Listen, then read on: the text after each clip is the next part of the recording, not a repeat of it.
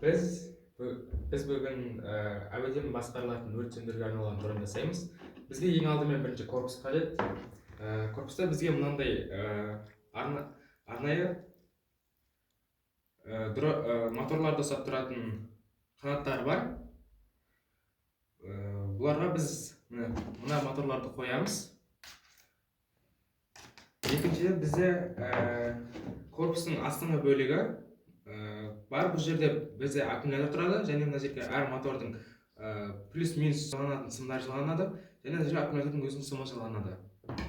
Бізде үстіңгі бөлігінде бізде ардуиномен жасаймыз. Ардуиномен жасаған кезде біз ардуиноны осы жерге, және бізге FlySky несінің бізде қабылдағышы бар.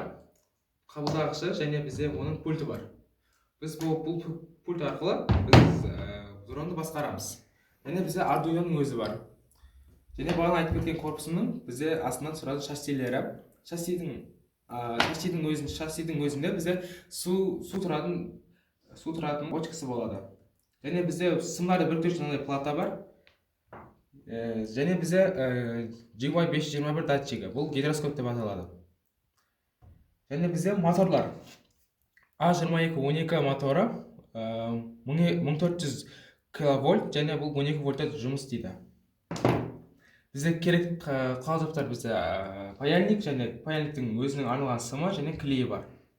Және бізде дронды ұшыру үшін бізде мынандай пропеллер бар. Бұлар 16-45 размерінде. Және бізде өзінің корпусының өзінде мынандай болттары бар. Және осы қуаттандыру үшін бізде мынандай аккумулятор бар.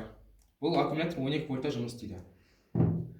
Бізде мына жақта өрт сөндіруге арналған құралдарымыз бар. Мынау мотор. Бұл суды бачоктан алып, суды шашу үшін арналған.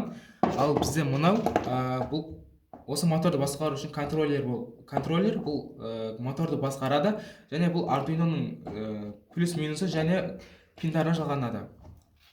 Мынау бізде сервомотор. Бұл сервомотор арқылы краник жұмысын атқарады. Бұл моторды көтеріп түсіреді. Керекті кезінде көтеріп түсіруге арналған. Және бізде осыларды қосу үшін арнайы сымдарымыз бар.